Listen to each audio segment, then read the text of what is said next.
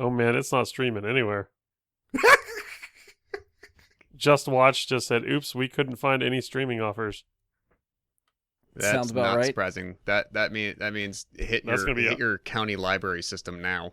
It's gonna be hard to find that one, I think. All right, I'm a little disappointed.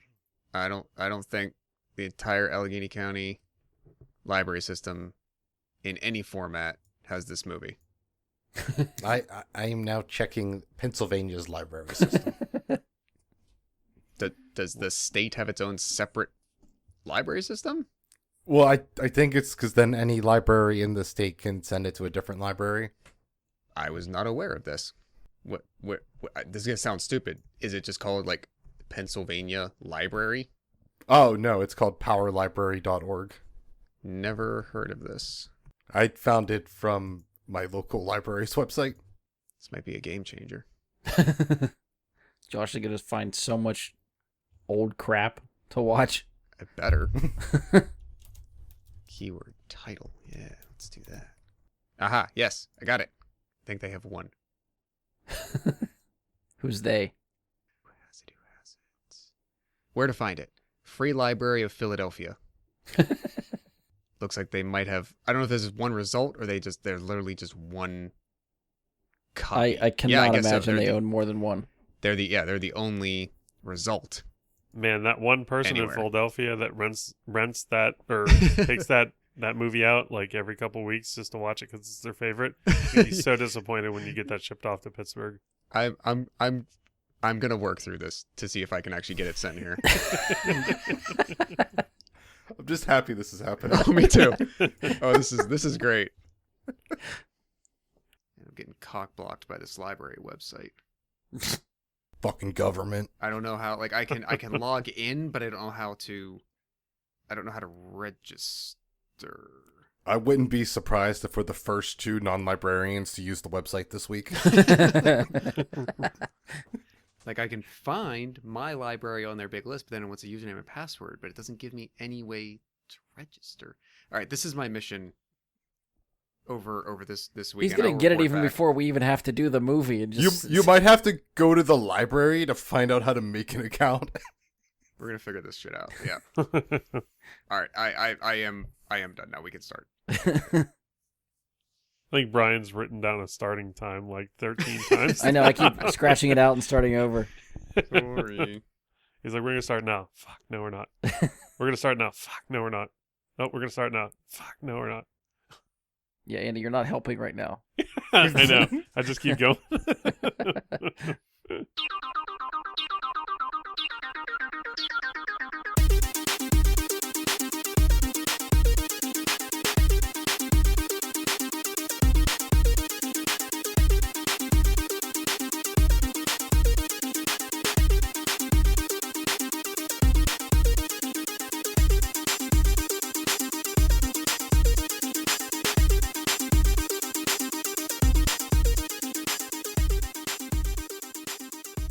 Hello and welcome to another episode of Bry Guy and Super Friends. I'm your host, Brian Labick. Joining me for this episode, he's already friend requested Bob the Pirate on Facebook, Andy Stoles. What's up, podcast people? Next up, someone who may or may not own a space gerbil that poops pearls, Josh Zorch. I would be the envy of all my friends. And finally, his performance art is the best in the universe. No shifting required, Ian Leidick. I am proud to announce I have created the very first NFT for Bry Guy and his super friends. You can purchase an NFT of the podcast logo on nifty.com. That's NFTY.com. All proceeds for this sale will go to funding my script for DC House Hunters. Wait, what? Pitch us DC House Hunters. What are you? So Martian Manhunter needs to find a new home. So we're going house hunting in Venice Beach. Nice. That's episode 1. Episode 2, Wonder Woman needs a whole new island for the Amazons. So we're going island hunting. We're starting with El Chapo's island where Firefest took place. Now I'm also trying to slyly try to look for our NFT and see if it's there. I really like the website name Nifty. It's nifty. Yes! Nailed it. All right, so on tap for this episode is another Rewind Theater. So if you are new to this series of episodes, it's basically an excuse for us to go back, try to revisit some older comic book movies that we haven't seen or either haven't seen in a while. Our format for these has always been to start with some sort of comic book history for the movie that we're on, since these are all based on comic books or graphic novels of some kind. Josh usually takes the point on that one. After that, we'll talk about some of the people involved with transitioning that property into a movie. We'll go over the budgets, box office gross, ratings, first-time watch or rewatch for all of us. And then before we get into discussion, I'm going to throw out the spoiler alert, and we'll get to a 60-second summary, which one of us has volunteered to do ahead of time. So when we get to the main discussion, our main discussion will consist of 5 categories. We have directing, characters and actors, story, soundtrack, and special effects and explosions. We give ourselves a 10-minute timer for each of those categories just to try to keep us on track. Once we go through all of those, we'll end the discussion of the movie with our rating and see if everyone thinks the movie holds up. Finally, once we finish talking about the movie we're on, we'd have to decide what we're watching next. So to take some of that pressure off of us, we leave it up to the Wheel of Fate. The Wheel of Fate! To pick that movie. So if you've listened to past episodes, you'll know that we've been trying to stick to, right now, 3 franchises and 3 standalone movies on the wheel at a time. We reserve the right to change that format if we feel like that's not working as well as we'd hope, so that could change later. Either way, at the end of the episode, we're going to spin the wheel to see what we're watching next. So at the end of our last episode we did, which was 1993's Teenage Mutant Ninja Turtles 3, the wheel has selected 2017's Valerian and the City of 1,000 Planets. So that is what we will be discussing today. So at this point, we usually toss to Josh for the comic book background. But I also know at this point we got pressed for time, and he actually did not get a chance to do the comic book background. So we're going to sub in some sort of pre-recorded informational piece that he's going to give us. So we'll just throw it out to second Josh to give us the information. Second Josh is my favorite Josh. Well, thank you for that intro, Brian, and welcome everyone to class, which is happening in real time in the real world immediately after Brian just said those things, and this is the next sentence that is being uttered in real reality. Valerian is based on a French comic that first appeared in Pilote magazine in 1967 and didn't conclude until 2010. Now, before we go any further, I should definitely tell you that I'm going to lean hard into the French pronunciations of these, even though I don't know how to speak French whatsoever. 3 years in middle school and high school of German is as far as I got, but here we go. Valerian et Laureline, also known as Valerian Agent Spéciaux Temporel, was created by childhood friends, writer Pierre Christin and artist Jean-Claude Mézarez. Pierre Christin, holds a background in political science and taught French literature at the University of Utah in Salt Lake City before returning to the University of Bordeaux in France. Mézarez is an educated and trained illustrator who also briefly lived in the U.S. before returning to France and beginning their collaborations. As an illustrator, Mézarez had a profound interest in the American Wild West, which was actually one of the main drivers of him going to and living in America for a bit of time. And I think that fascination with that era, and obviously the cowboy romanticism of American lore, can be seen in the type of story and construct of Valerian. As somebody might bring up possibly later, who knows, these are just ideas that could occur to somebody, because of course this is sequentially happening one after the other, that there could be connection ties between influences of these creators and the Fifth Element film from the late 90s, seeing as maybe somebody points out that Luc Besson was such a fan of the comic for so long that he really wanted to get into doing this project for so long, but lacked the technological ability to do so, that he creates something like the fifth element. And maybe it's just a coincidence that we're learning now, but afterward, that Meserez, the illustrator, was an uncredited designer, a production designer on the Fifth Element, and maybe that's something that could maybe hear happen. Who knows? But how do they get started? In 1966, after both returning to France, they publish something called La Rhume des Punch together. And by the next year, they start to kick off this idea of Valerian. Valerian is, from everything I can tell, very, very heavy in material. There's just a lot of it. As I said, I mean, it ran for 43 years. So over that time, no matter what your work output is and what your publishing cadence is, there's bound to be a solid big volume of work there. So all in all, a total of 21 volumes of the story, plus a short story collection, were created, and these are available in various omnibuses and different types of publishing collections that you can find. All in all, different creations of theirs, of the published creations, have been translated and produced in 18 different languages. I'm not sure what a benchmark for that is, how typical or atypical that may be, but at least to me as a layman, that sounds pretty impressive. That the influence and demand for this idea and these stories was such that far and wide, it was translated into a dozen and a half different languages for different nations and cultures to enjoy.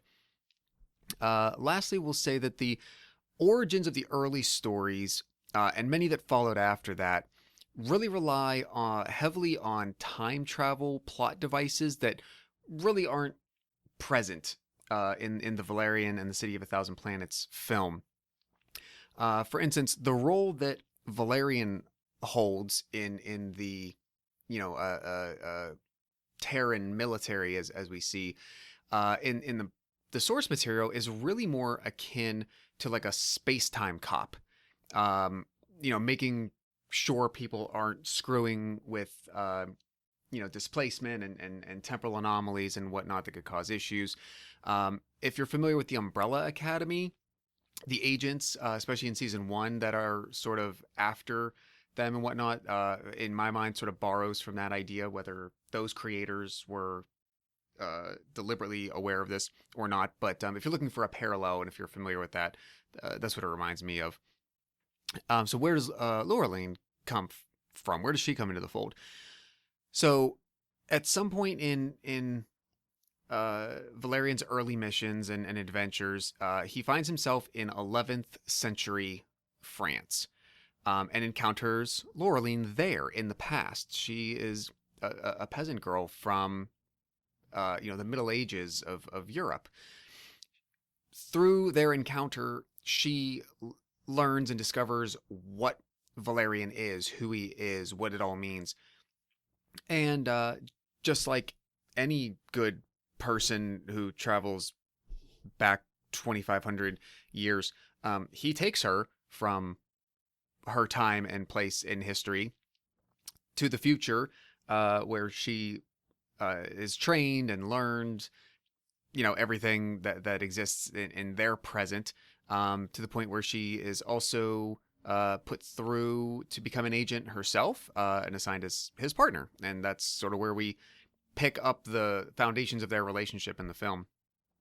To some degree, as you can tell in this movie, their ideas and the material are deeply rooted in ideas of political science, science fiction, westerns, as well as sociology, anthropology, psychology, a lot of mixing of the social sciences along with science fiction and fantasy, as we come to see. So again, we'll return in real time to the discussion, as the very next sentence you'll hear is going to occur right after I'm saying this, and there's no difference of time displacement whatsoever. So we're continuing on as we do right now. This second, go. I'm so thankful that you sacrifice your time each week to give us this thought-provoking comic book discussion. It's really a joy of my week when we record these, Josh, to hear you give us the history of these comic books. I think it really adds a big flavor that really changes our discussion later on when we get this background right before we discuss the movie. I think it's really important that we get that right before we go into discussion. It was so informative. So informative. I don't even know how to transition from that. You're all Good very job. welcome. Thank you, sir. Also edited Mike saying it. All right, so at this point, who was involved with transitioning that property into a movie? So Luc Besson directed and wrote the screenplay for this movie. Besson is probably most well known for writing and directing such movies as Leon the Professional, The Fifth Element, and Lucy. He also wrote all of the Transporter movies and all of the Taken movies, so, take that as you will. The cast includes Dean DeHaan as Valerian, Cara Delevingne as Laureline, Clive Owen as Commander Phillitt, Rihanna as Bubble, Ethan Hawke as Jolly the Pimp. That's literally what which I didn't get until I read the IMDb. Mm-hmm. So we'll move on to budgets. Any guesses what this film's budget is? Based on like the special effects and stuff, I'm thinking it's going to be fairly high. If I had to take a shot, let's go 170. Okay. I'm going to go with my gut, and even though he just said I'm going to go 178. 178 for Andy, 170 for Josh. Ian, where do you fall? I really wanted to say 170. So since I was slow on the uptick, because I was so impressed by Josh's research this week already, I think I'll go with 180. Actual retail price, $177 million. So Andy was off by shit. $1 million. But I was over. I can't win if I'm over. If we want to do Price is Right rules, Yeah. Josh took it. I'm still going Freaking- like closest in numbers for me. Freaking Bob Barker. War criminal. Any what? When? Why? No, we're not going there. Any guesses? Keep moving. The worldwide box office for this movie cost $177 million to make. How much do you think it made at the box office? Significantly less. Less than the budget. Domestically, absolutely. If I have to go worldwide, 311. Okay. That band sucks. Ian, Andy, any guesses? 282. 282. Yes. Andy? 258. Final number, 226. Ooh. So you guys were all over. I was thinking 225, but I thought like when you said like when you kind of checked me there like lower than the budget, I was like, oh okay, well it had to at least have made somewhat significantly above the budget, but I guess not. Yeah, not significant. It made more than the budget, but not by much. I mean, that's a third over. Yeah, I don't know. That's the budget. What I don't know is if Box Office Mojo calculates like marketing budget, because I know the film's not going to doesn't. break even until the marketing budget is covered. Also, It doesn't, and the marketing budget I think is usually as much as the actual budget. right. So you'd have to. But then almost- again, no movie in Hollywood makes money, so. yeah. Yeah. So it breaks down to domestically, it made 41 million, which I think is pretty terrible. But it's also impressive how much it made internationally. Right. International is 185 million. Like, I wonder how much of that was just China. I probably could have broken that down if I kept the website open, but I don't have it with me. I would say it's got to be around half. So I wouldn't be surprised if they had a better working knowledge of what this property was, because I think, at least for me, like I had no idea what this was based on. It just, Yeah. I just looked like a sci-fi movie to me. I just thought it was a new IP. Luckily, we got that comic book summary up at the top, so we all know what it's based on. you got a good working foundation. But yeah, the French comic book series from what I believe the 1970s. So it's like that's not familiar at all. I think for Western audiences. Well, Western is in American audiences. Yeah. Like I didn't know it was based on something until it came up on the wheel. Oh yeah. That's when I found out, and like then finding out it's basically like a Buck Rogers kind of thing, essentially. Oh, okay. Yeah, I could see that. It's Good just like, comparison. but then it's also like, man, Buck Rogers wasn't even popular in like the 80s, you know? Man, you just ruined my entire summary. What the fuck, man? Oh, I can't wait for this now. I'm just messing. I have nothing about Buck Rogers in there. Hurry up, put it in right now. This All is right, gonna so be the- me going Buck Rogers at the end. So the ratings that we have listed right now. So Rotten Tomatoes has it at a critic rating of 47% and an audience rating of 53%. Metacritic has a Metascore of 51 and a user score of 6.5. So it's a little bit more generous on Metacritic. Still so pretty going to- average scores though. Yeah, Like very middle of the road. right. So going around the room, we'll start with Andy. First time viewing or rewatch? This is a rewatch for me. In fact, I think the first time I watched it, we did a What's Up With You episode, and I think I sort of did give a summation of my viewing experience, if I recall. Okay. I remember talking about it on the show. Ian, first time or rewatch? First time, I remember seeing the trailer for this while I was sitting in for another film. Do not recall which film, but I was sitting there and I watched this trailer and I was like, nope. Good thing we forced you to watch it here. Yes, this happened to me more than once now. Chalk this up to all those Turtles movies we keep having them watch. Josh, rewatch or first time? It's a rewatch, but I swear I watched this when I was working at the movie theater, but when I went to log it on Letterboxd, I did not already have it there. So either it's one of the few ticket stubs that I didn't retain and lost, because I've kept everything, like even if it sucked. So it wasn't a case of like, well, I don't want to remember that. But I know I've seen it before. Okay. I've mentioned it on the podcast before. Every time we try to spin the wheel, I have not seen this movie. It's a movie that I felt like I should like. That I saw the trailer for it and thought it looked interesting. Reviews came out. It wasn't reviewed well, so I didn't really go out of my way to see it. Bought the Blu-ray on sale at some point for like a Black Friday, and then sat on it for probably a year and a half, and finally just fired it up and watched it for this show.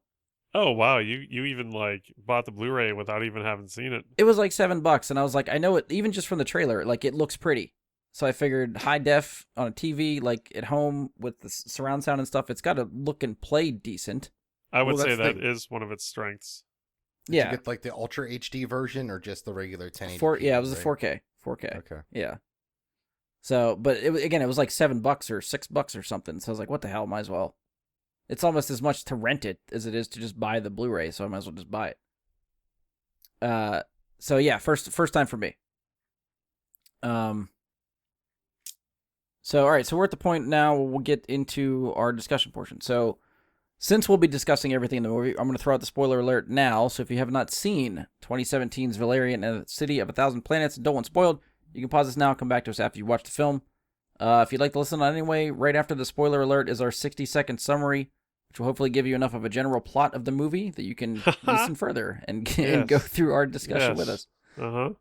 Either Expect way, all of that. either way, spoilers to follow. Spoiler. Spoiler. You know, something like that. All right, so we have the spoiler alert out of the way. We're going to roll into the 60-second summary.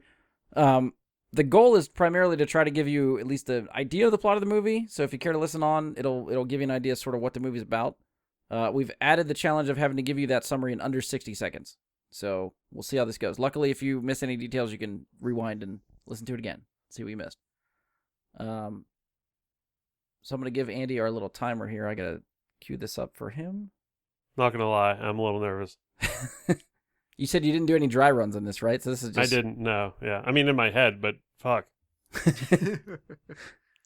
All right, so whenever you are ready, I will hit play on the soundtrack whenever you're ready. Okay. Go. Welcome to the world of Valerian, where there is a city of 1,000 planets, reminiscent of Men in Black's Marvel Galaxy gag. Really, but not really. It's a city with 1,000 planets in terms of species and cultures. A paradise world is destroyed, and we spend the entirety of the movie getting clues to help us and its characters solve the riddle.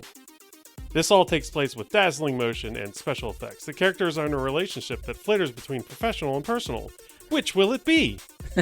There's an alien critter that has an absolutely incredible ability to replicate things. Does he eat them and then shit them out? This narrator says yes. Imagine all the gold doubloons, micro machines, or podcast awards you could have. Podcast. Anyways, they find a hidden species and help them reform their homeworld. Buck Rogers! Well done. Under 60. Hey, for doing that last minute, Andy, that's pretty good. Yeah, I didn't think it was bad considering I didn't take any notes and I was just sort of riffing when I got home from work today. I was just like, I'm just gonna write some stuff down and see what happens. That's almost the best way to do it. Like, what do you retain from the movie? What did the movie imprint on you that you can remember? All right, so that was our summary. So we're gonna get into our categories. So we have our 5 topics. I will be putting 10 minutes on the clock for each of those. So do we have any volunteers for what we'd like to hit first? Direction, Yes. story, actors, Yes. soundtrack? Okay, Ian? Soundtrack. Soundtrack first. Soundtrack is yours. Go ahead. So, this soundtrack has one good song on it, and it's by David Bowie, Rest in Power. And then from there, the soundtrack is absolutely abysmal. Throughout the film, I was pissed off because of the orchestra sounds they used for different scenes was like too uplifty fantasy bullshit nonsense that I'm expecting from Disney. Like that fucking what's his fucking name? Danny Elfman. Yeah, like that George Clooney movie with House in it. Adventureland or something. Oh, Tomorrowland. Tomorrowland. Like that kind of fucking bullshit, frenzy happy fucking song shit. I like It that movie. sucked. It's in a fucking space opera even. It's a fucking shit fest of a soundtrack that fucking ruined what could have been enjoyable parts of the movie. And scene. I was I at almost least want to gonna point out say- too, like I went to Spotify to try to look at the soundtrack up as I was trying to put this outline together, finish the outline right before this, just to give it one more listen to see if there's anything in there that really stood out to me. Just looking at the track list, apparently, and maybe just it's the way Spotify had it, but Cara Delevingne has a track on the soundtrack. Yeah, it's one of the Saw that. tracks when the credits roll.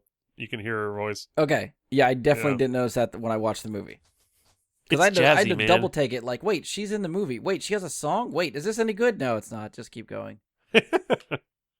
So that was my takeaway from the soundtrack. I didn't realize that Cara Delevingne even sang, let alone has a song on the soundtrack.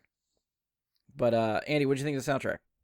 It didn't distract me from anything, and I agree with Ian. Like the movie starts out with a perfectly placed David Bowie song, like right in the beginning, and it just puts you in this awesome mood, and then it just gets really weird right after that. Like pretty much right after the song ends, you're just like, this is weird now. I don't know. The songs were okay. I guess the song that Bubble did her little performance with, I guess, was kind of fun because it was sort of a fun scene. Yeah. But mostly forgettable. And like Ian said, it is sort of like jumpy happy in moments when you're like, this shouldn't be jumpy happy. They got riot gear on and they're invading an alien species right now, so it shouldn't be like like. Gotcha. Josh, what do you think of the soundtrack? Yeah, I had the same feelings as that. I thought like it definitely hit the ground running, but then became very inconsistent. There's not a whole lot of the orchestral that I remember, honestly, and it felt very uneven. Like they at times tried to do this mashup of using historical pop songs along with sort of a subversion of music as well. Like you mentioned, like a good prime example of what I mean by that is like if you remember it, think of the music that plays during the church scene in the first Kingsman. and a lot of directors and movie makers have been doing this the last maybe 10 years more often, where you juxtapose a scene with something that traditionally really wouldn't go with it, and by doing so you kind of get this different fun sort of feeling to it. It was like trying to do that at some parts, but also using the pop songs every now and then also having a very inconsistent use of original orchestral, and so it didn't gel very well for me. Which is like, I feel bad about that, because I also thought that like I thought this would be the one category we might be the most kind to,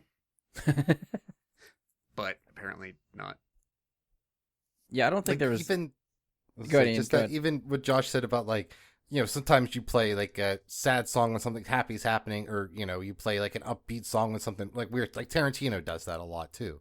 Like some of his most famous scenes are like that. But at no point in this film did I think they made a conscious choice to be like, oh, this is gonna be a mismatch of emotions. I just thought they didn't know what fucking music they were putting in to match any goddamn tones.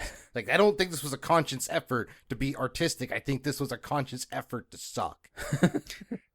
Which is weird, because I thought The Fifth Element did a good job of its like musical choices. I think just 20 years caught up to someone, and now he's a hack. Well, I I was also trying don't to feel like think The of- Fifth Element like really took off when it came out either. No, that definitely sort of gained popular. Yeah, it's definitely a cult classic. And I think this could not the soundtrack, but the movie as a whole could hit that at some point. Like maybe years from now, someone else could find this and be like, you know what, this does I kind of like this. This is kind of cool. But I definitely don't think it's going to hit Fifth Element status for me. No, yeah, I brought that same thing up to Sarah as we were finishing it this afternoon. That maybe in time, more people can find a way to appreciate it. Yeah. Like, you would have to replace the whole soundtrack with Portishead for anyone to latch onto this.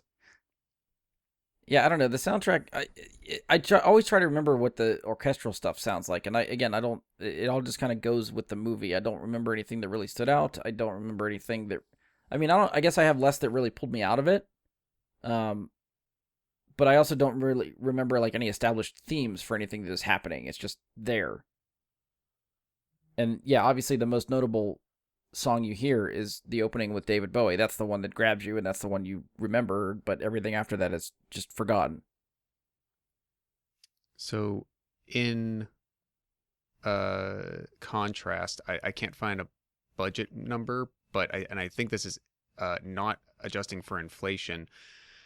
Fifth Element was released in 1997 and made $264 million worldwide. So it was released 20 years earlier, and unadjusted for inflation made, 40 million more? What did you say it made? 260. 264. Okay. Yeah, about 40 million more. You also had Bruce Willis at the height of his career. Which helps this. The star Yes. power was there in that movie for sure. But you didn't Yeah. have China. Mostly not. And you also might have also, like, Valerian probably benefited from inflated 3D prices, Oh yeah, even, probably. and Yeah. still didn't hit the cap. So just as a comparison to another, Luc Besson now becoming cult classic Joint. thing. Like I said, maybe this gets there eventually. Who knows? I hope not. Anything else for soundtrack? Nope. Nothing? All right. Do better. Start a petition. Andy, where do you want to go next? Direction, I would story, like to go actors. with special effects and explosions. Okay. Go for it. I thought the special effects were really good in this. I thought they were crisp. I thought they were clear. Nothing like really took me out of anything. Yeah. I'd say the only moment that I thought I got a little, just a wee bit wonky, is when he's in that suit and he's breaking through the walls. Okay. Yeah, that's a good call out. But everything else, like the ships, all looked great. That's the battle that ended up destroying the what the hell were they called? The Pearls homeworld. I thought was really awesome. Yeah. All the environments they created for all the species on Alpha, I thought was pretty good. were there any explosions? I'm gonna bow to Ian on that one, but So I mean, the there were planet blew I up. thought this, out of the categories that we were gonna review, I felt that this was by far the strength of the movie. Fair. yes. Agreed. Ian, I thought you were going to lean into the explosions comment. So we did have, as Josh was about to also mention, the planet explosion. So anytime you blow up a planet, it's pretty cool. I like this one. It was like a dish-shaped beam shooting out of the planet, turning it into dust, and then pretty cool explosion. You had the explosion at the end of the film where the spaceship pops out of the space station. Mm-hmm. That was a pretty good explosion, and I think that might be it for explosions. But this is a solid explosion film. This is like a good 6, 7 out of 10 in that range in pure explosions. Like Andy said, the special effects were pretty good. Like even Rihanna's blob character, like in blob form, didn't look awful. Like it looked fine. Yeah. Like, I think you could do much better nowadays because technology has improved a lot in 4 years. But like her transformations never felt wrong. They worked. I never was like, this is dumb. This isn't working. Like, it flowed correctly. That's also probably a little bit of the camera work, I think. Like just how they shot that scene. Yeah. I thought that was good. A lot of the costumes though reminded me like of Mass Effect. Like I really got Mass Effect vibe from like the military outfits and the armor specifically. Like I was like, wow, this is Mass Effect, and that's when I found out this came out in the 70s originally. But I was still like, okay, they look different in the 70s. They might still have copied Mass Effect. I still don't know why I never made the connection to Mass Effect until you just said that, but now I can't unsee that armor as like, that's Shepard's armor for sure. And then I guess this, just because of the slight controversy with The Mandalorian, I really noticed Cara Delevingne's character having like the breast armor. Yeah. I just noticed that because there was the whole Mandalorian thing where people were complaining about that for that one female character. So then it just was more noticeable after the fact that like, yeah, that's weird that her armor does have the breast in there. Yeah. But then again, the Mass Effect armor did too, and that's where they copied it from. So. Right. Yeah. I don't really understand. I never really got the complaint of like having the armor having breastplates and stuff. To me, that makes complete sense. I'm sort of unfamiliar with this. Is it the idea that armor is made to fit the physical form of a woman, so therefore that's bad because it's sexualizing or something? Yeah, essentially they're saying throughout history, women have always just worn the same armor as men because having like that flex out there in the chest area would actually be a weaker area of the armor and more susceptible to attack. So someone like Joan of Arc would have worn the same armor a man wore. Same with Mulan.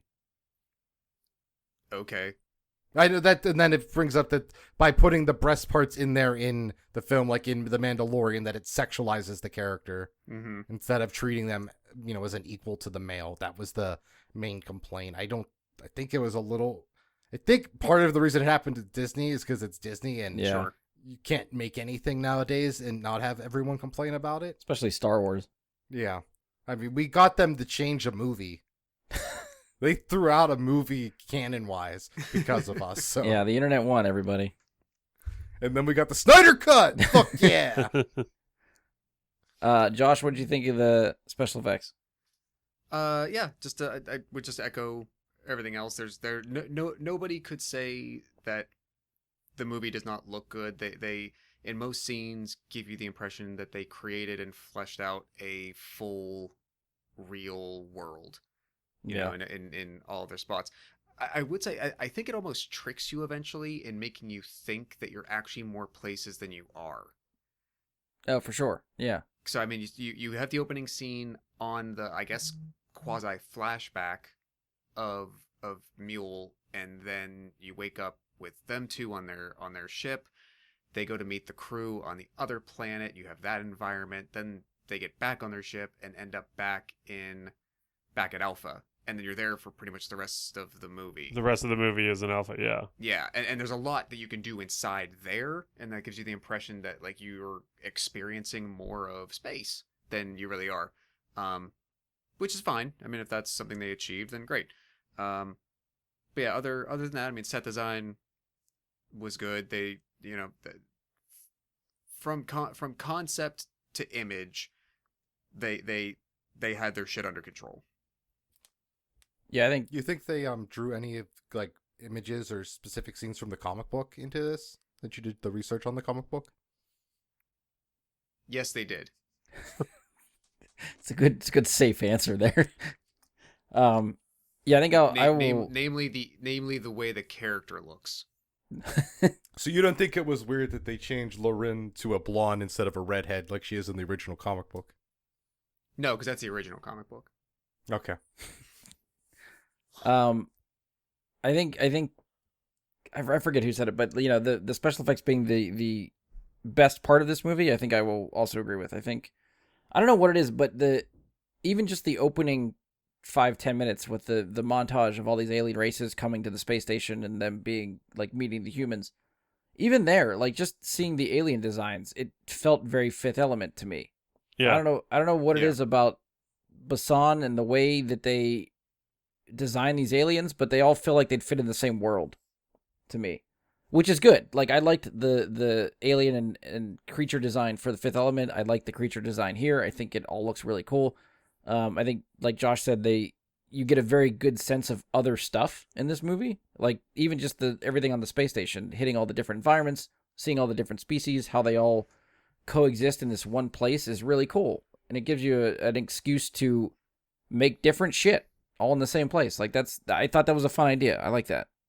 So I'm not positive on this, but I could have sworn around the time of the like marketing and press for Valerian that I had heard that Luc Besson had been a fan of these French comics for decades and had really wanted to make this movie for years and years, but like so many other things, like technological limitation, wouldn't have allowed him to do anything that wouldn't have looked like crap. So I just checked in to see if it was. Fifth Element does not look to be based on any source material. Luc Besson is credited with story, and he's a co-writer in the screenplay, as well as director.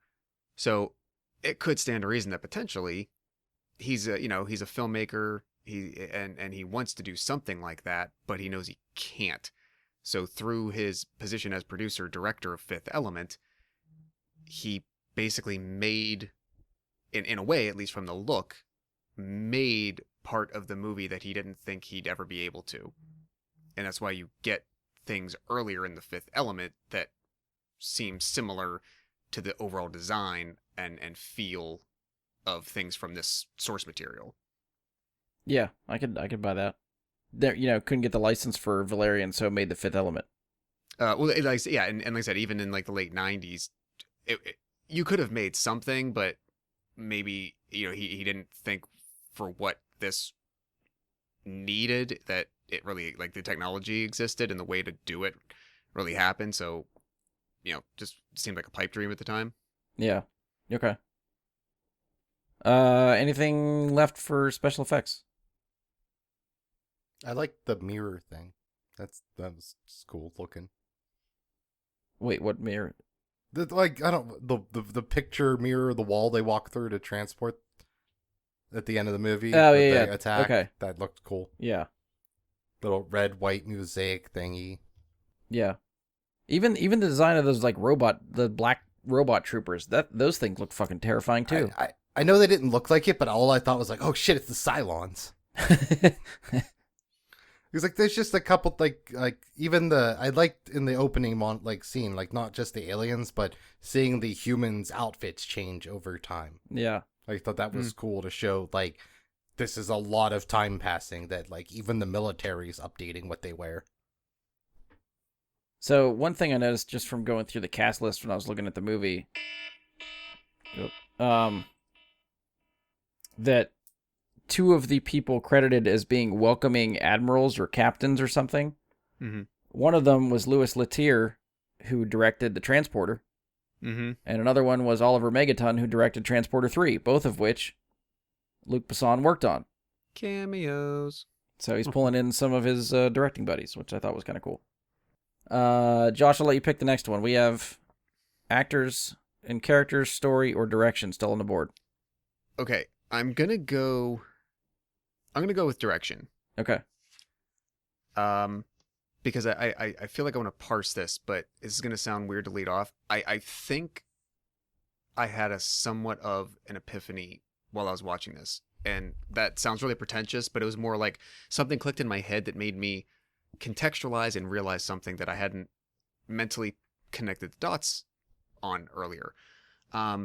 So let's talk about the first piece of direction, which is, again, if nearly every piece of everything that can be laid at the director's feet, there's a lot of good here that could be talked about, but there's also a lot of maybe not so good too. Number one, the pacing on this movie is terrible. I agree. I don't know if it's in the edit or the story outline. In the first like 15 to 20 minutes, pretty much I think probably for me, like from the point where the two of them and they're like they go meet that team at the desert planet that has like the hidden dimension place that they need the glasses for, like Yeah. within a couple minutes, if that, of them getting there, I'm already losing interest. Yes. I agree. And it gets a bit better once you slog through that and you get probably maybe halfway or more through, but Through the movie or that like scene? the for me the movie, like Okay. there's a section from like minute 15 to almost like minute 60 that I if it wasn't for this purpose, I would have turned it off again. And like I know I'll get into it later. Like I don't think the movie has a high rewatchability factor whatsoever. I almost feel like that first sequence, like you're talking about, up until the market, because then the market's just kind of like an extended action sequence almost. Right. But that first 15, 20 minutes to get there, I almost feel like again, I don't know how the comic was, if it was spread out over a bunch of issues or a graphic novel or how they did it, but the first part of that movie always just seems like it's just trying to play catch up to get to where it wants to go very quickly. There's a lot of exposition. They're just throwing shit at you real quick and real fast to get you somewhere, and you never really find your feet by the time you get there. Yeah, I agree. And as you heard in the background discussion, the series ran for, as Ian mentioned, for over 4 decades. So it literally was a very, very long running thing. So this particular thing was not, it's like anything that has like a lot of source material. They looked for pieces of storylines. They looked for, the main characters in the arc and whatnot, and then, made a story out of major pieces that they could, pick from and cherry pick and whatnot. But so on the direction, yeah, I got to say, unfortunately, the pacing is terrible. But the epiphany that I had was, I think I finally realized why Star Wars never hooked me. I want to hear this. But also, like, this was weird. Like, I had like 3 or 4 strong thoughts in a row. And the first one was, this is why Star Wars never interested me all that much. But this is why, so in contrast to that, this is why I really like Rogue One. Because Rogue One is not made like any of those other movies, like especially the original trilogy. The first Star Wars movie, especially New Hope, to me, felt like this in the regard that, and actually, you know what, even you could throw in like episode 1 to this too, maybe even parts of 2. There's a lot of the story crafting of that where a third or more of the incidents, if you will, the things that take place, don't need to happen. There's stuff that a creator came up with for world building that they're like, this sequence should happen. They should go to this place and this should happen to them. And it matters nothing. It has no bearing on what happens. You could get from A to B in a straight line instead of a roundabout curve. Half of the plot that's happening is all MacGuffin. And I get it, you're watching someone's imagination incarnate. And I get it. And that's fine. But I think that, like, that's how I feel about some, especially of the main Star Wars movies, that you're watching what's in someone's head, but you're not really watching a story. If that makes sense. And I also feel like that's why I actually enjoyed Rogue One so much, because that was written and made in a different way. It was made as an action war movie and an espionage movie. It was not made as a space sci-fi. Let me take your characters off on this side path just so that they encounter a creature I can show you, and this setting that I want to show you, even though it doesn't matter that they're there. Yeah. So that's kind of how I came down on all this. I also realized that this also reminded me, though, very much of a lot of Terry Gilliam type movies from the 80s. Like, this has stuff like Baron von Munchausen written all over it, and things like Brazil. Like, a lot of the stuff he made in the 80s feels very much like this. Like, the story's not that good, and it's very basic, but it's someone's brain on the screen, and it's a creator that you're watching what's in their head. That's my piece. Okay. So that's, I guess I'm just trying to figure out, like, what about it, if there's anything you would have liked out of that, or what would have made you like it?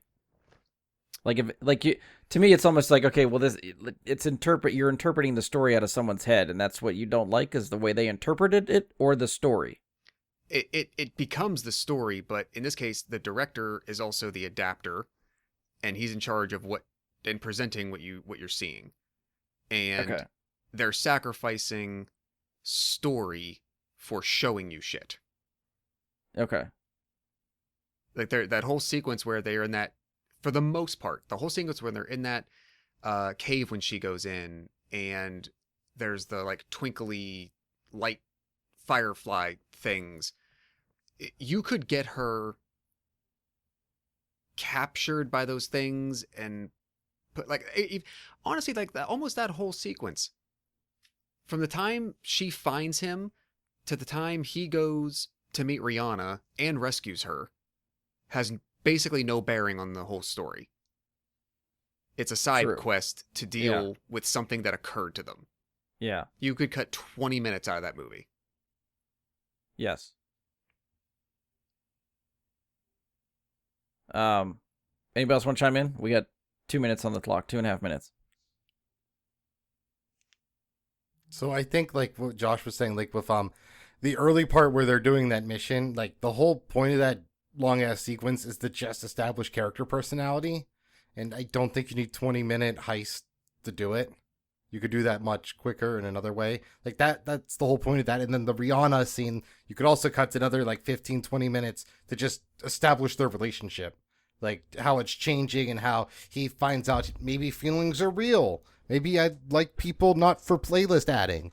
And it's really just the whole, like, there's a lot of edits that could have been made to get this nice under 2 hours, which would have made my life a lot easier today. And then I guess just other than that, like, nothing was that impressive, like specifically on that desert planet mission, and they running away from that dog monster thing, and then it uses slow-mo to like show them jump. It seemed unnecessary, and there was zero tension for me in that whole sequence. Yeah. Because all they did was establish he's the best person. Andy, what do you think? I like the fact that Ian mentioned Rihanna in that, because I feel like that whole scene where she does like the performance is just like Luc Besson saying, like, what can I get Rihanna to do in the movie right now? Like, what kind of fan service can I do to make people who come see this Not movie fan service, wanna see- fantasy. What fantasy? Yes, yeah. But, just I just felt like that whole scene was it was kind of fun. Okay, I'll give it that, but it had no bearing whatsoever on any of the story. Right. As far as the rest of the directing, I thought it was fine. Like the setup of the scenes was fine, and like I don't feel like anybody really gave a super great performance. We'll get to So the I don't- performances with characters. I know, but like as a director, you have to realize and see actors' performances, and you can like have them do retakes and whatnot, Yeah. And I feel like did an okay job with that, because this is nothing like really blew me away. Yeah. Yeah, I feel like I'm with Josh. Pacing is a problem. So I will definitely chalk that up to having an issue with the movie. The action sequences I think were fine. I don't feel like direction was bad for the action sequences. I feel like everything looked pretty, which goes a long way, I think, for me in a movie that really leans into the visuals. I think that helps give it at least a passing grade. I didn't feel like the action sequences were to the point where I didn't really understand what was going on. And there was a lot of shit going on, but I still felt like I could follow it well enough. Sure. And again, the opening montage, I think for me, that first 5-10 minutes of just the decades and centuries of the space station improving and all that stuff before they just hurled it into space like trash was fine. I liked all that. I think that's a very memorable sequence for me. Probably one of the most out of the movie, actually. Now But that I'm your trying to movie remember what else happened. Shouldn't peak in the first 4 minutes because you're using one of the 5 best Bowie songs. Yeah, maybe the song probably helped keep it in my memory for sure. And But- then you leave it off with Rutger Hauer, and you're like, oh, I'm in good hands. Here we go. Yeah, it's got a chance. All right, so let's just go to characters and actors, and sort of spin from there. Anybody want that one? Who did not go yet? I mean, 3 of you You? went. I could go Oh. if you want. You. Yeah. You All go right. first for I'll once. go. You allowed? I if you allow me, I usually try not to, but I'll take it. I got big takes on Danes. Well, that's where I'm going to start because Andy kind of started with like, he felt miscast. Dane DeHaan did not feel like this character to me, at all. I 100% agree with you on that. He goes on this exposition rant right when you meet him about his background and how great he is and how much he's really trying to get in Loreline's pants, and I don't feel like that's the best way to introduce this character. No, think but I there's a- love that because if- he had more Medal of Honors than they made Medal of Honor games. Yeah, whatever, sure. I think if you had an actor that had some charisma and some slight type of charm, the dialogue probably would land better. But nothing about that whole conversation is like, okay, I'm going to root for this guy. He just came off like, well, who the fuck is this dick? I don't care anything about Yeah. him. He does come off It- very dickish. In the first half an hour, I wrote a note that at times, and I forgot about this because we typically cut her down a lot. I said there are times where I found her acting better than his.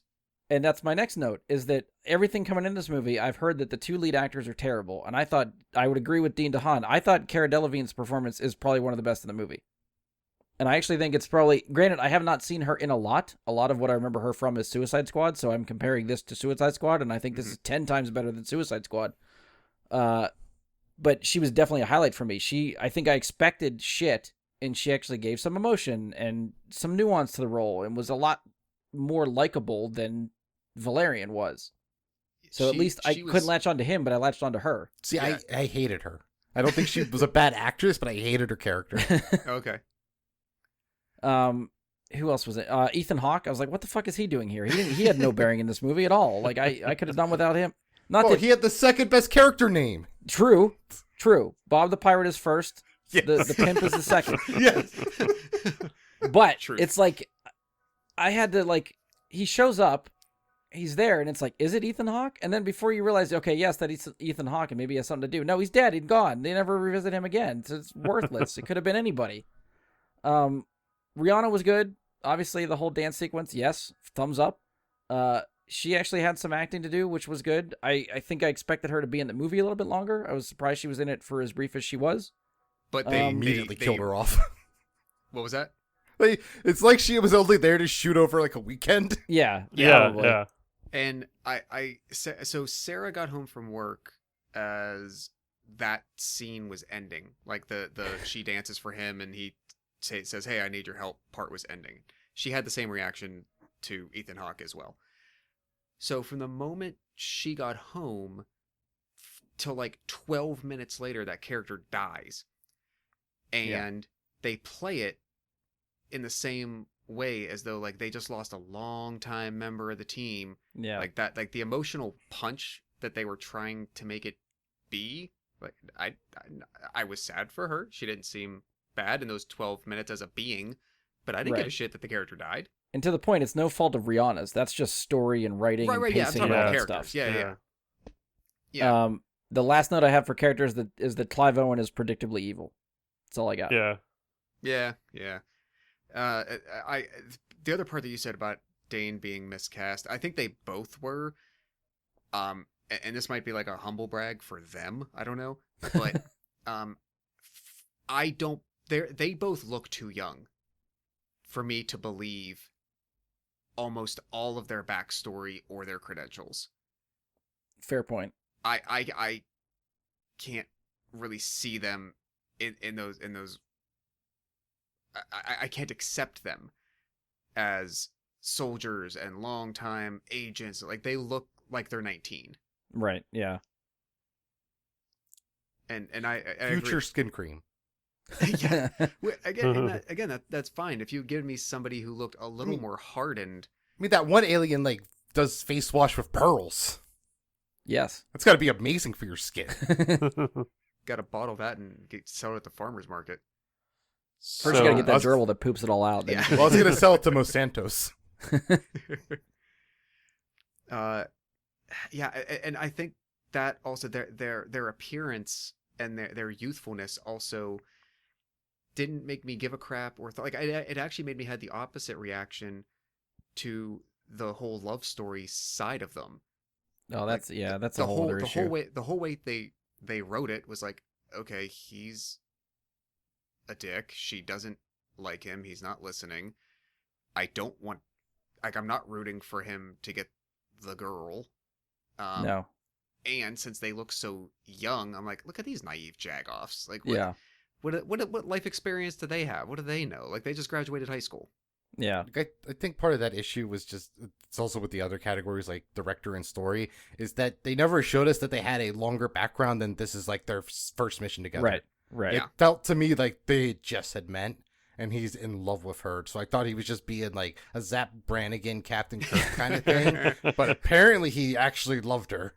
So that was weird. And then I guess just Dane DeHaan in general, I thought he was doing his best Keanu Reeves impression throughout this film. But this isn't a Keanu rule. Like in John Wick, you find out he's a badass because everyone tells you, and then he does things. This character tells you he's a badass, and then just kind of runs away from problems. That's a good Yeah, way to like, put He it. just was miscast. The direction they gave him for how to act was poor. This character is Yes. just like doing this very like monotone, like Keanu Reeves kind of thing, but you need like a Ryan Reynolds, like a more higher energy, like you said, charismatic person. Yeah. In Yes. this role, you need a William Shatner or a whoever played Zap Brannigan.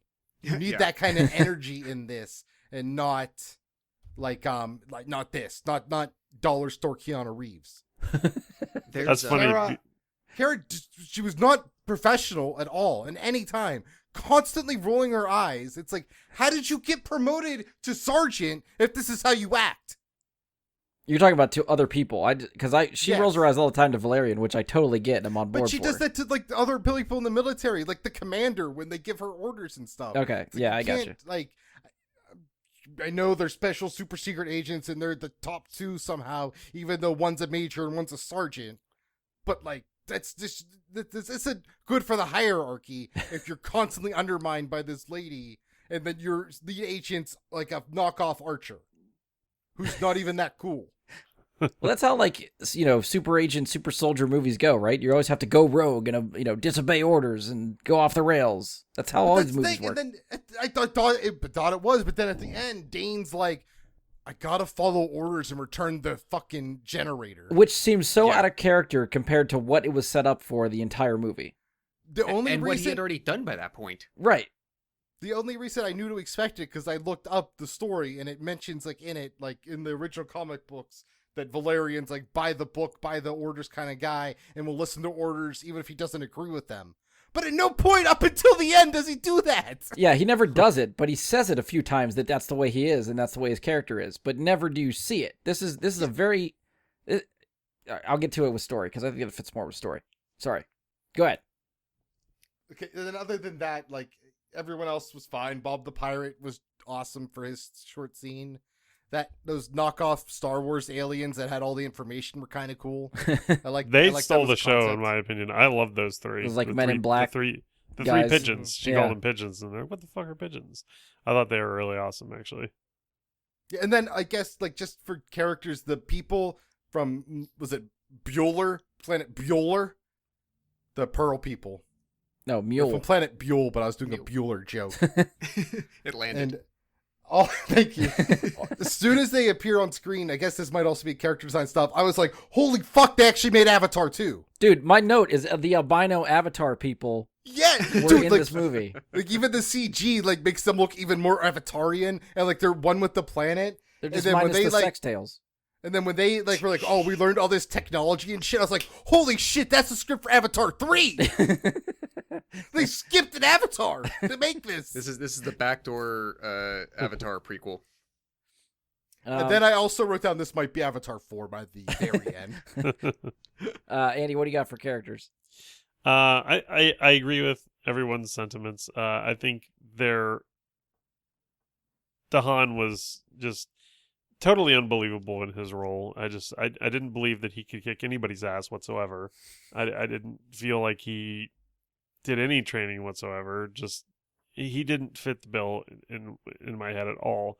And I feel like they were trying to make like this weird sizzling relationship between him and Cara Delevingne or whatever, and it fell very flat. I thought she did fine, especially when she was away from him. I thought that she was fine in her scenes where he wasn't in it. The only other note that I'll say, since we just hit the timer, is the character that I would have loved to have heard more about was actually the ship, Alex. Oh yeah, They never explain what the fuck.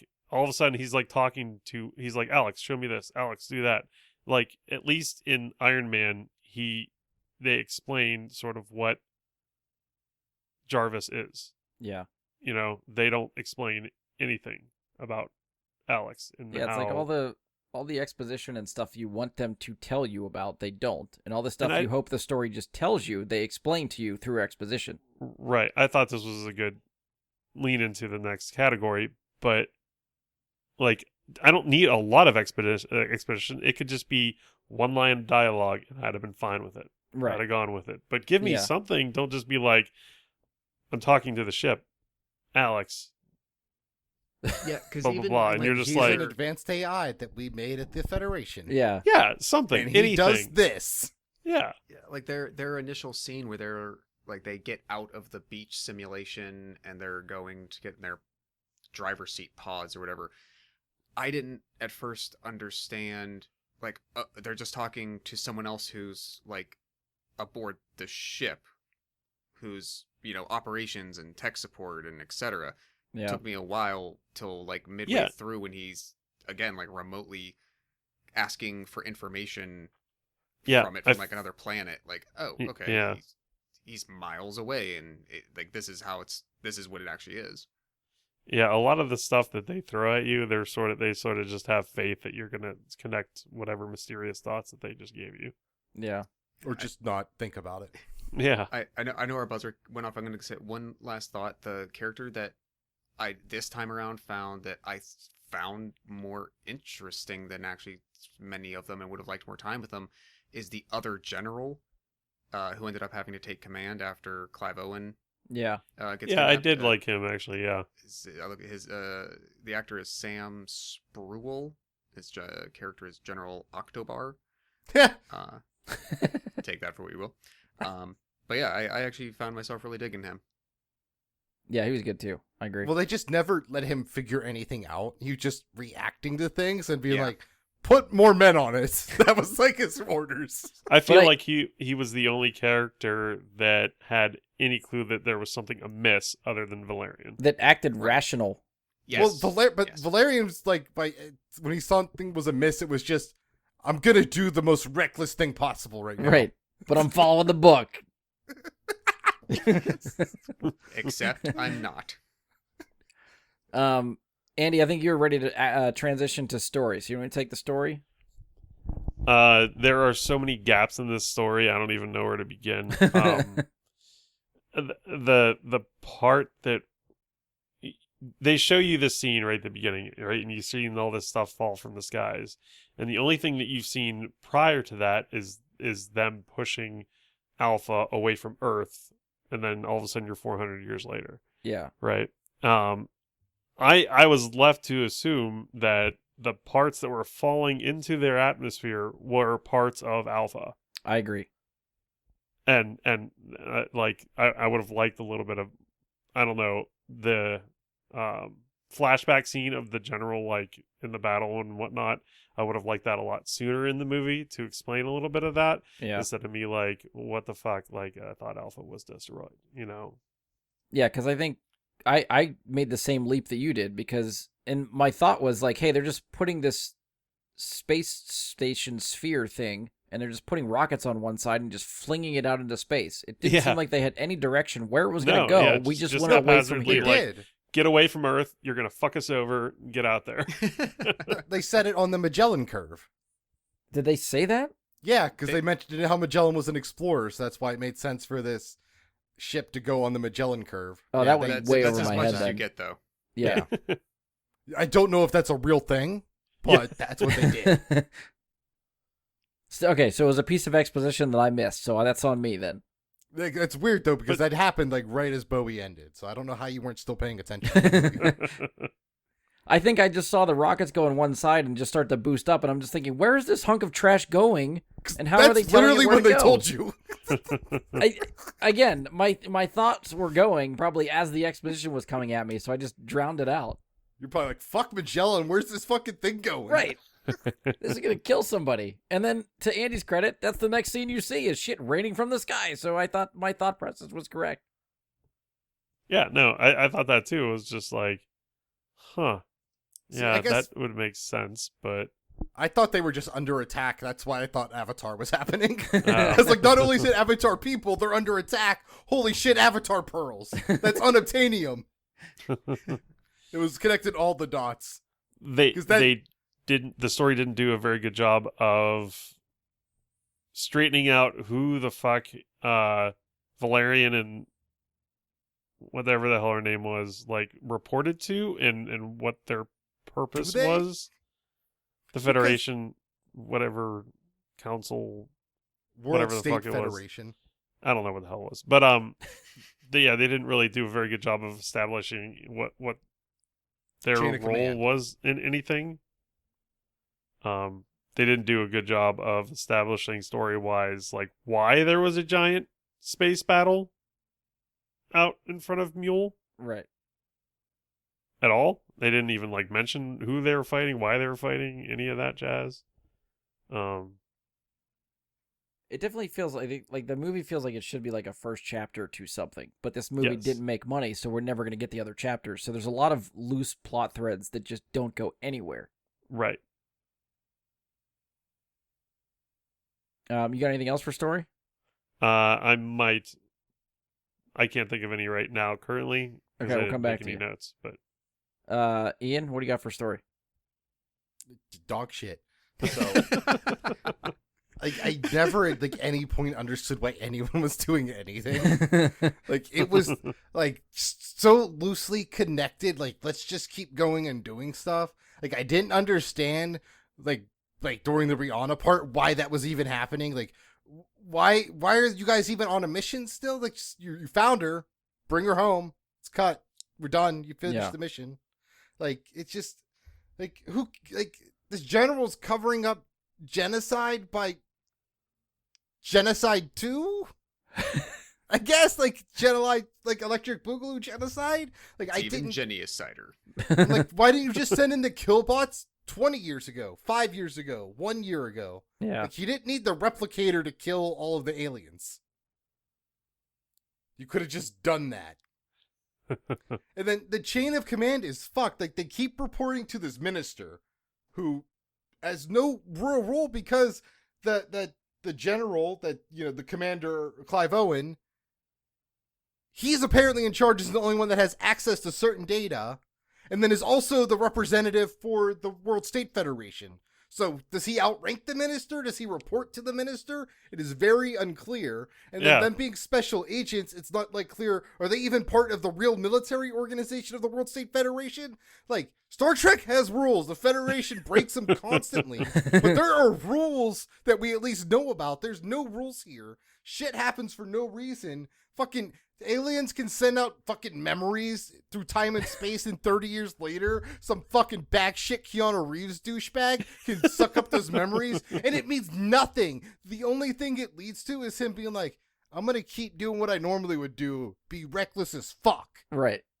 Like it did no reason for him to get those memories. It didn't change a goddamn thing that occurred. And it's just a fucking mash of ideas and bullshit flowing through that no one said, hey, maybe we should take another look at the script. It was a first draft. Sorry. It was probably a third draft because it's Hollywood, but there should have been like a seventh rewrite, and there wasn't, and that's very clear here. Yeah. Josh, what do you think? I think I ended up kind of touching on my piece with this in my comments about direction, that it definitely sacrificed anything really seeming to make sense for, hey, let me show you something. Yeah. It was movie by Fire Marshal Bill mentality. Yeah, I do think like the story just it didn't connect when it should. I just felt like it was jumping all over the place, and it was hard to keep track of what was going on and why. Right, and honestly, it is very basic. Bad thing happened. Guy trying to cover it up. They find a thing. They go looking for a thing. They end up at the truth. They help people try Well, to to make Andy's point, you don't even figure out the bad guy tried to cover it up until 3/4 of the way through the movie. Yeah. Right. And like up until then, you're just like, okay, they need this gerbil. Yeah, and all that's happening along the way, but really, like, I think it's actually such a simple idea for the most part. Like, the basics are so simple that everything in between is a lot of fluffer to just fill in the rest of time. Yeah. No, it's like he's like, okay, I got my budget, I'm gonna shoot it, and then they told him, oh yeah, you can have a longer runtime than like 90 minutes, and he was like, wait, what? And then he didn't know how to edit it down because he just was allowed to go longer than it should have. The other thing that stood out to me too, less about the story, just about the dialogue. The dialogue is so fucking cringy in this movie, and I think most really of it is. comes from Valerian. Valerian's Yes. dialogue is completely cringy. Well, it's because Yes. it doesn't have that Zap Brannigan zap. Yeah. Like if it was like tongue in cheek almost, that would have been something. Or if it was just like a really good actor, because that's part of the problem with Valerian. I don't want to say this to Dane because I'm sure he does just well, but he's not like that attractive where I'm gonna let him get away with this to say it to my face. And he literally says in the movie, "I'm attractive." Like, and I had was the like, same no. thought. I was like, "No, you're not high on the list for these actors." Like, you're not Hollywood attractive. Yeah. Well, there's a swagger to that character that, you know, and Han Solo broke the archetype for this, or set it maybe even. Yeah.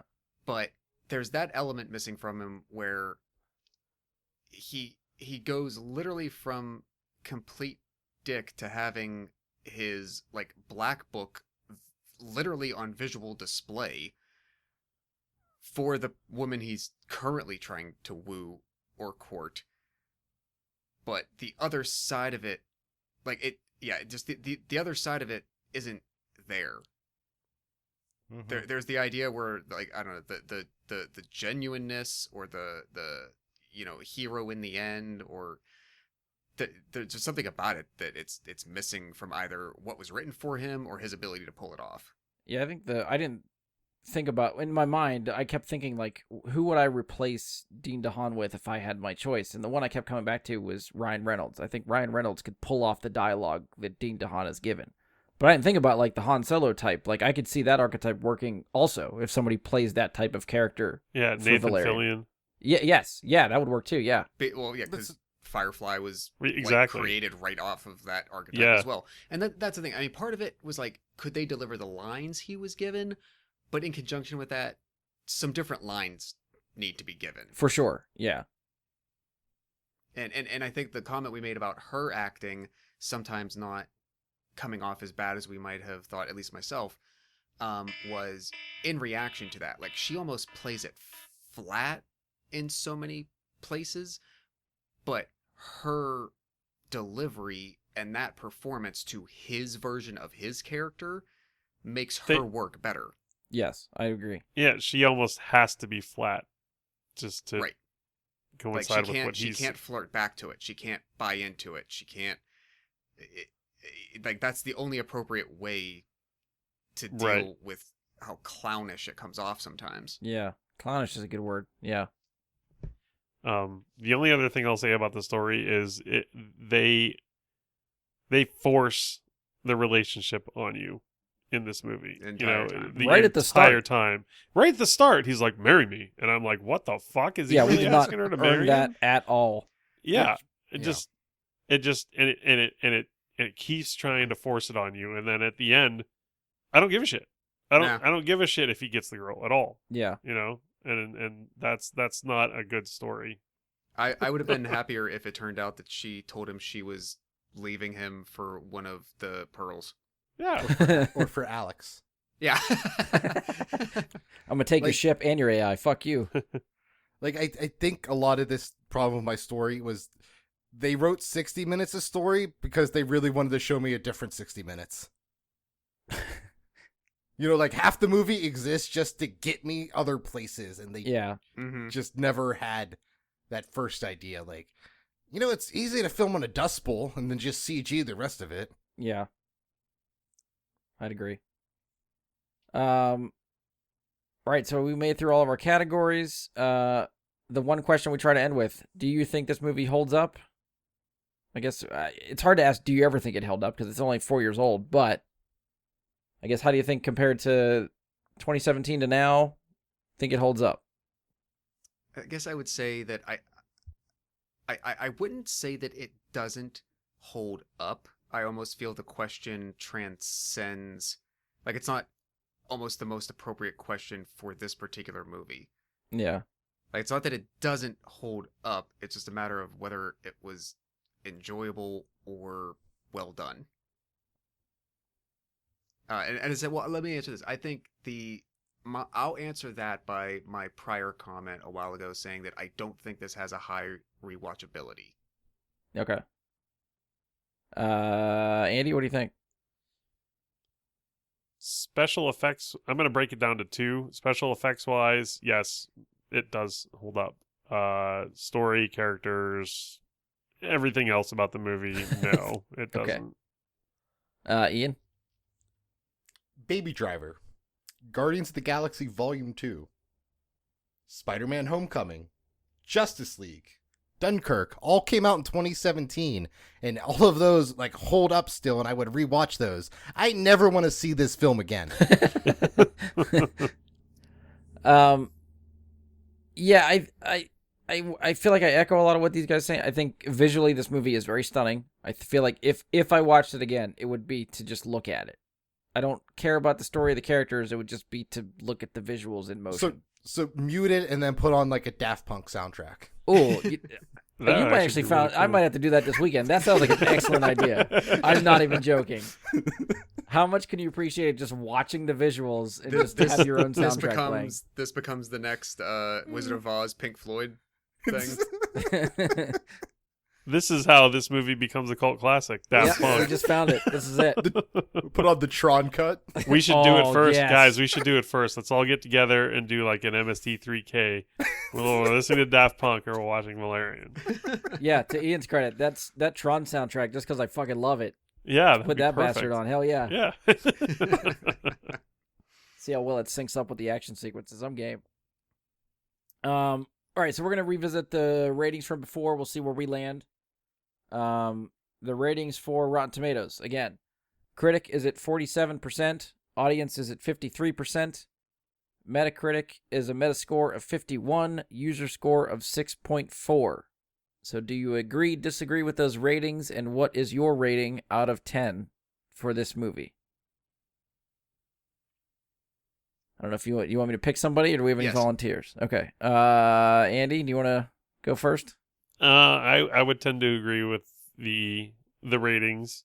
I think this has enough in special effects and things that I did like that I think it's slightly above average for me, so I'm gonna give it a 6.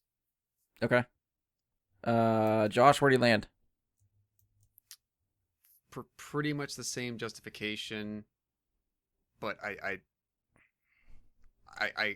for me, there's something about turning the corner on 6 that makes you feel like you're in the top 50 percentile. So I can't let it get there. Yeah. So you mean at least a 6 means it's technically good. yeah. So I like, immediately told Sarah when we were done with it. I was like, yeah, that's like a C movie. That's what that is. Like a C minus.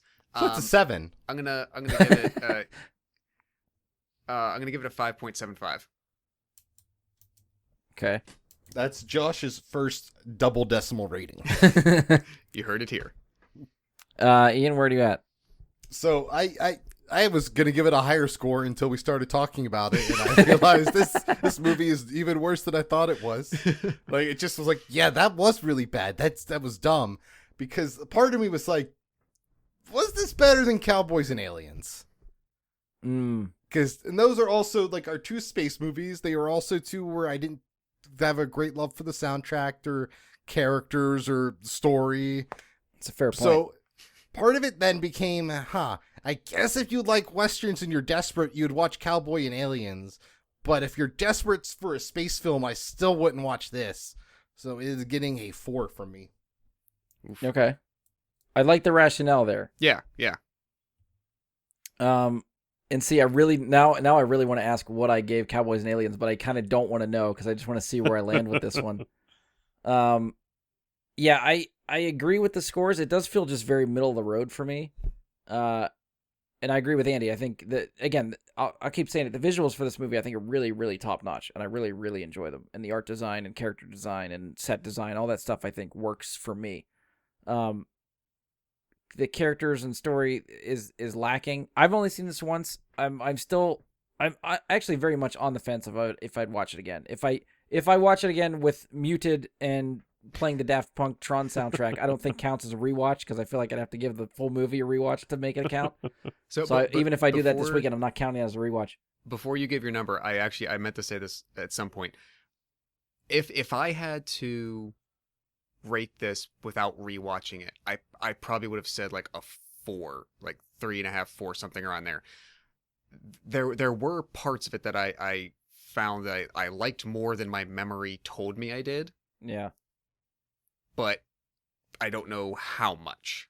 Yeah. So, like, I don't know what degree to think like would future Brian rewatching this at some point, get that much more out of it yet? I don't know. And that's the thing. It's like, most movies I try to watch twice. I haven't been doing it for the Rewind Theater just because I never give myself enough time to watch the movies twice, typically.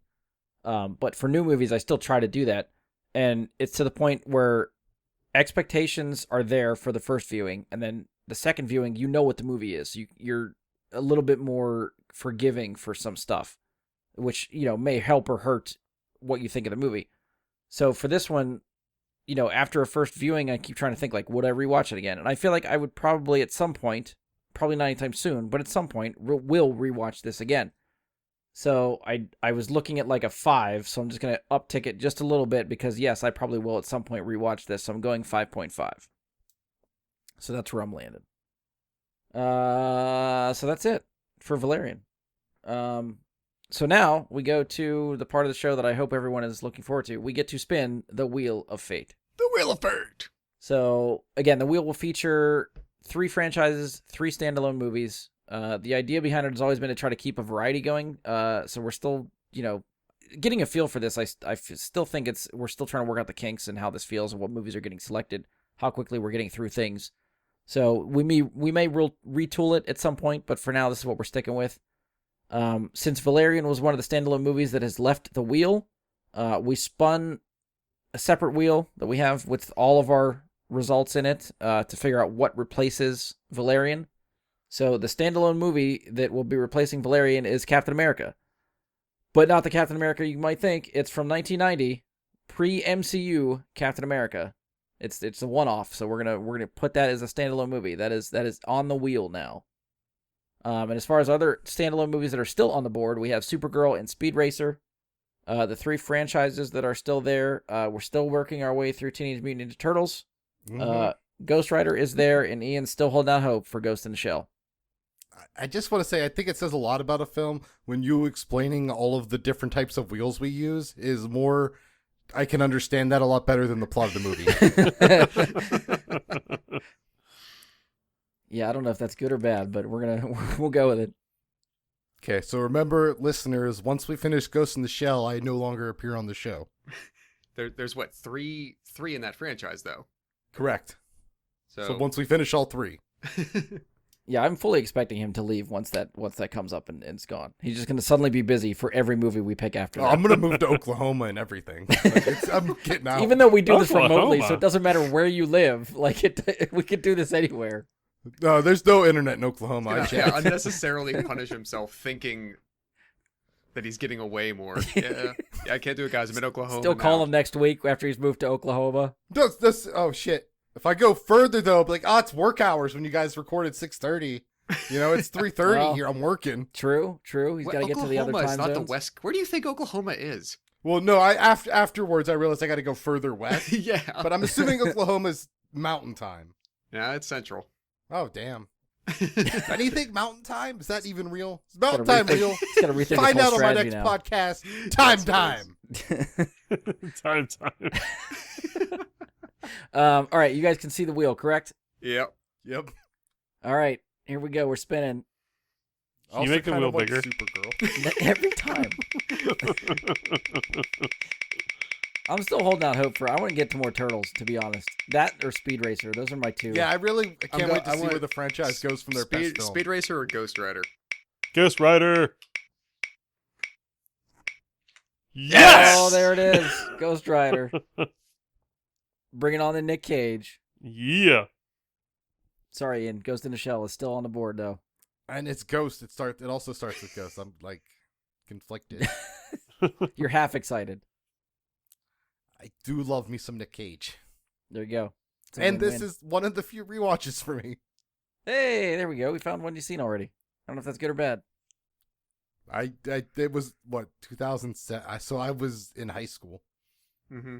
Have you seen it since then, or that's it? I saw it once in theaters. Oh man! All right, this is gonna be fun. Nice. Yeah, I can't remember the last time I've seen this. I have seen this one as well, but it's been a while. It's been a long time. Yeah. Like all I remember is he's got a flame head, Yeah. and if I remember correctly, he uses his signature catchphrase "Flame on." No, wrong, wrong movie. Now I'm pretty sure that's Ghost Rider. It says "Flame on." No, that's Captain America that says that. No, I thought he just kicks Hitler. All right, I so got that's it for us. If you've enjoyed the show, please support us, leave a 5-star rating and review. Give us a share on social media. Be sure to follow or subscribe to the show to keep up with us. We are on Spotify, iTunes, Google, Anchor, Stitcher. Hopefully anywhere you find a podcast, you can find us. You can also look us up on Facebook. Search Bry Guy into Super Friends or go to facebook.com/BryGuySuperFriends. You can send us questions, comments, topic suggestions, any of that stuff. We'll see on the Facebook page. Try to email us, bryguysuperfriends@gmail.com. I checked it like 4 weeks ago. It's still not empty. Nothing in there. Hit us up on Twitter @BGSuperFriends. You can follow me on Twitch, Jedi Bry Guy. That's Jedi with an I, Bry with a Y. So Whenever we hot. decide to, Andy, cut it out. Anytime we decide to go live, we will do it there. Which I don't know when we'll ever do it again live, but it's always in the back of my head that we'll find an excuse to do that. I have been streaming. for Godzilla. We still didn't do Godzilla. I have been streaming more recently, so if you want to watch some gameplay of me playing some stuff with some friends, that's usually where we're at. And that's it. On behalf of Andy, Ian, Josh, and myself, thank you for listening, and we'll talk to you next time. Abuya.